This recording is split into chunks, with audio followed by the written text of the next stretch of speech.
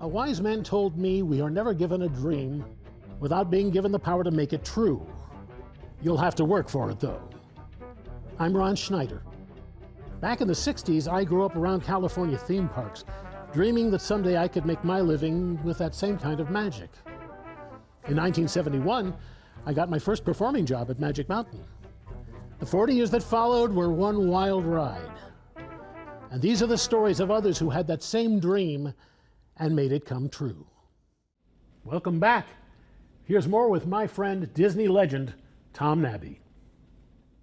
So EPCOT opens, a very different kind of animal from opening a Magic Kingdom.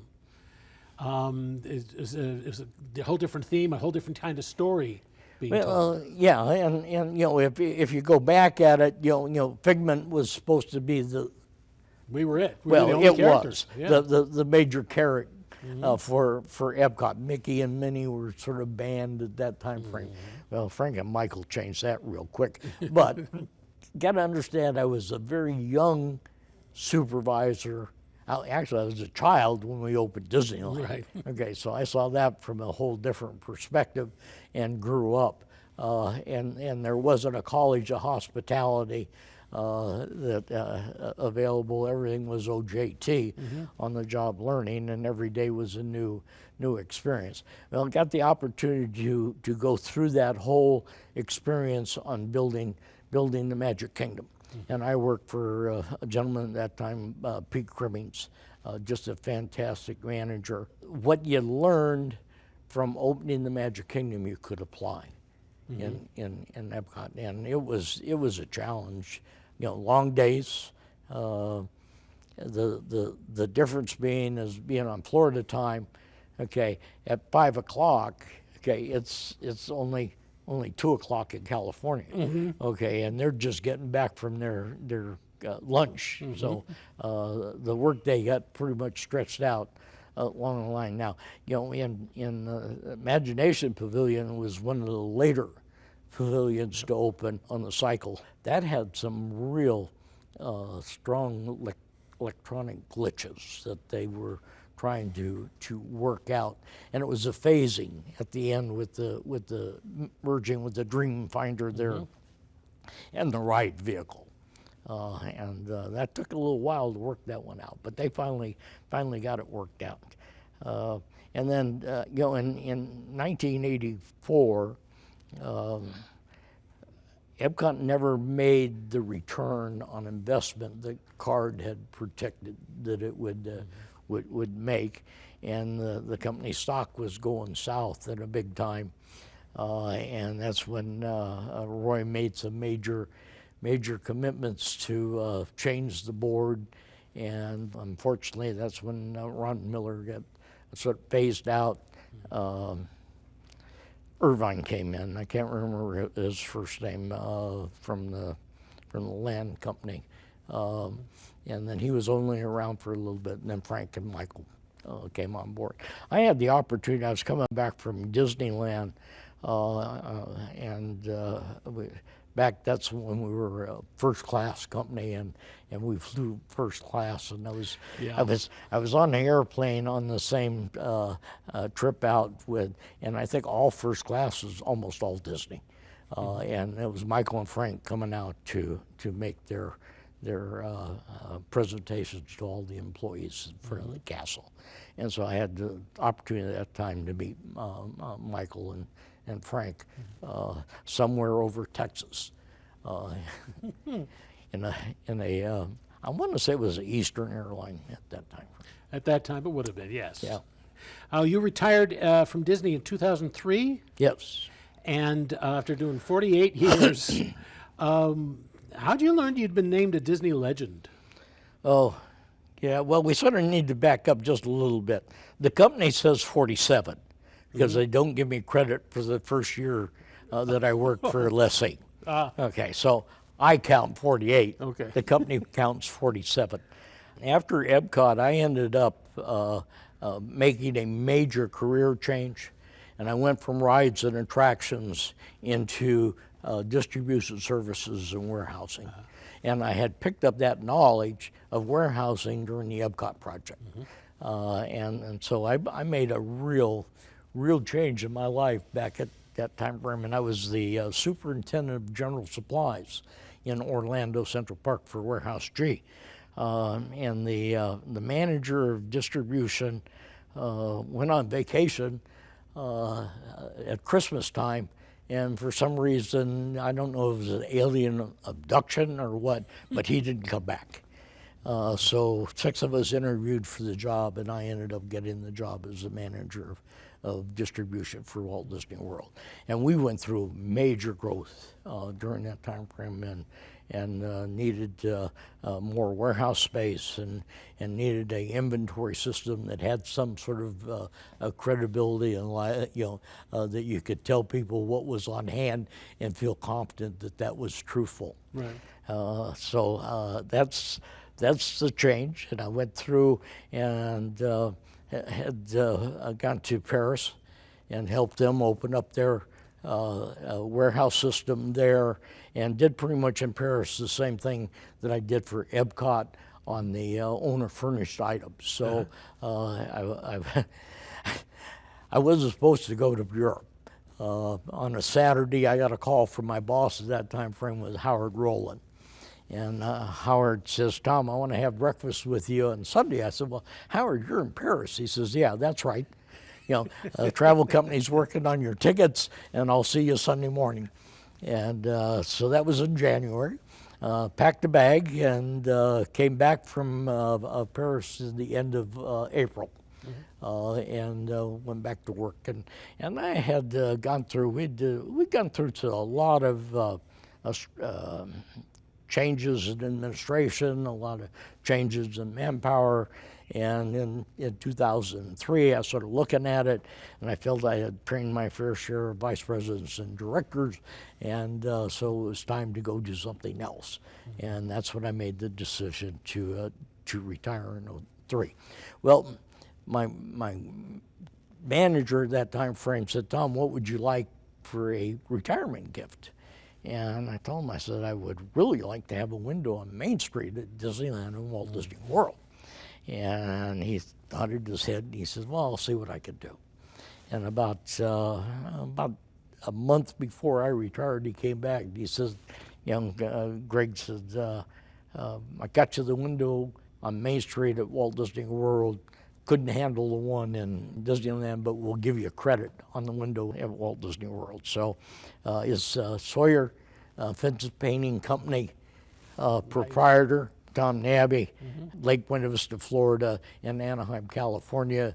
And if you go down Main Street, it would be on the second story on the right-hand side above the cinema.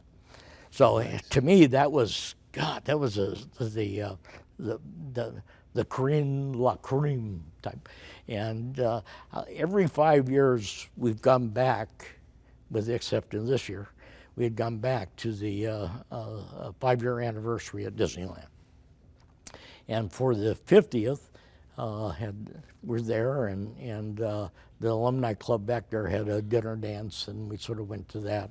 And at the dance, a gentleman by the name of Jim Core, Jim ran Disney International for a while, and Jim and I worked together as ride operators at Disneyland. He says, well, Tom, I'll see you in September. And I looked at him, I said, no, maybe in 5 years you'll see me in September. He says, oh no, we've been inducted as Disney legends, you, Sully, and myself. And I'm going, oh, okay. And Jim was one of these guys that he tossed the line out, and if he hooked you, so I wasn't going to let him hook me, okay. But in turn, I thanked him for the information. And when I got back to the hotel after the dinner, my sister was house sitting. And I called her and I said, is there a letter there from the studio? And she said, yeah. And I said, okay, would you open it up and tell me what it says? And sure enough, it said that I'd been inducted as a Disney legend. So that's how I heard I was going to be a Disney legend. Oh. And my whole career has been being at the right time, at the right place to take the right opportunity. I think a whole lot of people fall into that category, But in order for the Disney legend, it happened to be Disneyland's 50th anniversary. About half of the legends that were inducted that year were out of the operating and opening crews of Disneyland. So that was being there at the right time, transferring to Florida. Were you there for the 25th anniversary of Disneyland? Yes. That was the best, because the company didn't know what they had. It wasn't a big thing. It was just a little thing. They kept the park open for, really it was 40 hours. Well, they gave that car giveaway, if I remember. Well, that was after. The car thing came afterwards. And once the company realized, oh my God, we really got something big here, and suddenly every anniversary, every 5 years, we're going to give away a car, and the car becomes a big thing. But that 25th anniversary, the park was open 24 hours. And everywhere you went in the park, it was just nicely filled. There was no crowds, nicely filled. Everyone that was there would not have thought of being anywhere else in the world on that day. They had to be there. And everywhere I went, you run into people who, every ride you're on is like you're with family. And I got to do the Golden Horseshoe. I got to do the show that night for Wally. And it was the most magical night. We had breakfast at Riverbell Terrace overlooking the Tom Sawyer's Island as the sun came up. And anniversaries ever since then have become bigger and bigger and bigger. And it's wonderful. I was there for the 50th. A friend of mine paid for me to go for the 50th. But that 25th was a magic event, just a magic event. I remember quite a bit of that. We were out for that and went to the anniversary dinner and that type thing. I think at that time there was about 50 of us that were still around out of the original opening crew. The 55s? Yeah, Club 55. And we walked in the parade. And I know, walking down Main Street waving, giving the good wave, and those people trying to figure out who is this guy, and in turn, we sort of repeat for the 60th anniversary. We rode in vehicles down Main Street. And they actually had a sign on the vehicle. And Sully and I rode together in the same vehicle, and told everybody we were original cast members. So at least the people along the parade route had some idea who this person was. That was a great, to me, that was the great trip. Michael Kolzinger did a fantastic job of hosting us for the 60th anniversary. I was just absolutely impressed with him. 45th was, they rolled the float out on Main Street, played Happy Birthday, and rolled the float back. And that was his 45th anniversary. Yeah. As someone with an uncommon breadth of experience in this field, what special qualities do you think it takes to be a success in our business? I really think it's an intrinsic feeling that you want to share what your knowledge is with the people that you work with and the people that you're working for. I've always looked at that and basically said I'm only as good as the people I work with. I had a lot of bosses. And I learned a lot about management from the various bosses I had. And I had some real good ones, and I had some real turkeys. But in turn, overall, I had some fantastic mentors my entire life. So to me is the epitome of what we do and the effect it has on the world. Yeah. Okay, and it was, we hosted the International Chamber of Commerce. Jimmy Carter was the president that time frame, and we had just put his image into the Hall of Presidents, and anytime they do it, they actually do a bronze bust. Right. And when the opportunity comes available, try to present that bust to the sitting president. So the International Chamber of Commerce came in.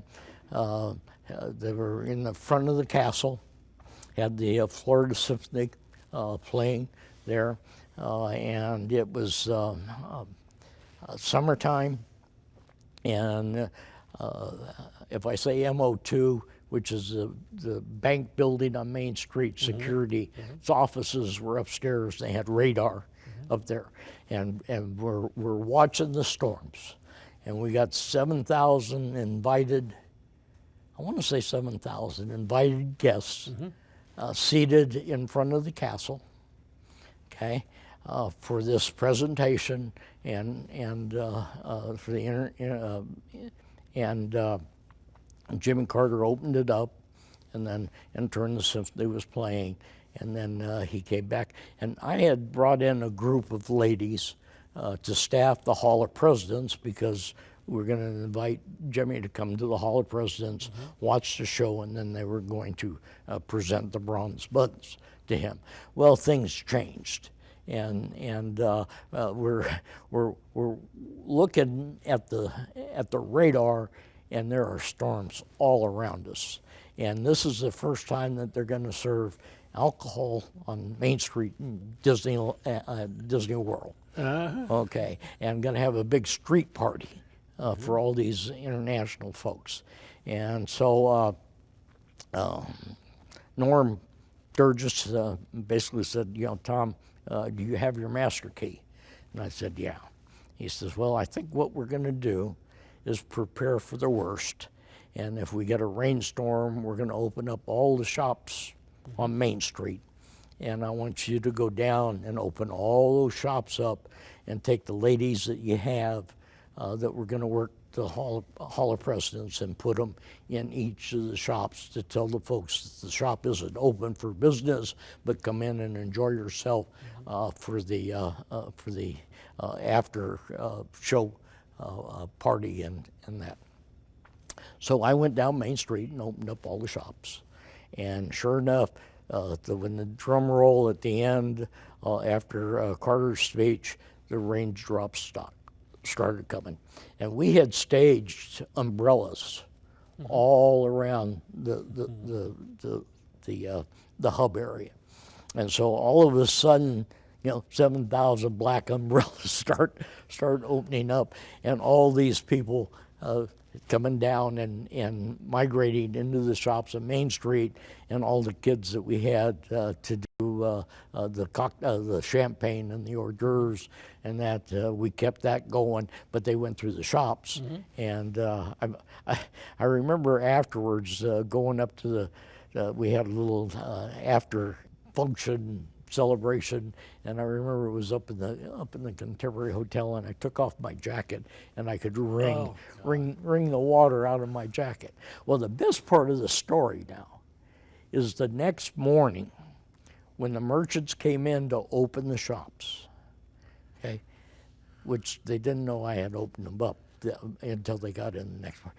There were notes in the register of I'd like this item, and this is my credit card number. I like this item, and this is X number of dollars. And people actually shopped and left whatever they thought was the appropriate monetary value of what they took with them. Yeah. But that was a hoot. Bob Mathis thought that was the greatest thing since sliced bread. It's a wonderful story. Yeah, and International Chamber of Commerce, that's the first time it's ever been held outside of a capital city. Huh. Nice, very nice. Got any celebrity stories? Oh, celebrity stories. Let me think about it here. Back when they filmed 40 Pounds of Trouble at Disneyland, watched Tony Curtis do almost 20 takes, and every take he had to eat this hot dog. And yeah, that was one of those interesting stories. The thing about that film that bothered me is he was in a phone booth in front of Tomorrowland looking at the Mark Twain. Now that's impossible. Well, they do some weird cuts. You sort of look at it. There was something I saw the other day that it was reversed. The negative was reversed. I'm going, no way that can happen. But you get into those, along that line, and I'm on Facebook and LinkedIn, And every once in a while you get somebody and you'll have to come back and say, no, that's not quite the way it happened. Speaking of which, have you seen my movie? No.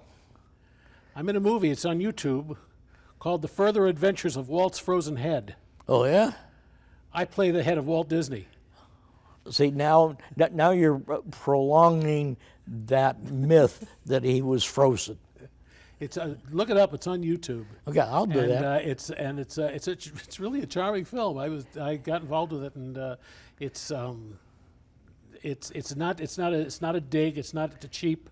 It's like a Frank Capra movie. Yeah. And I'm pretty proud of it, as a matter of fact. Yeah. I always tried to stay in contact with people that I've worked with and that I've had a lot of respect for, and cherish their friendship and camaraderie.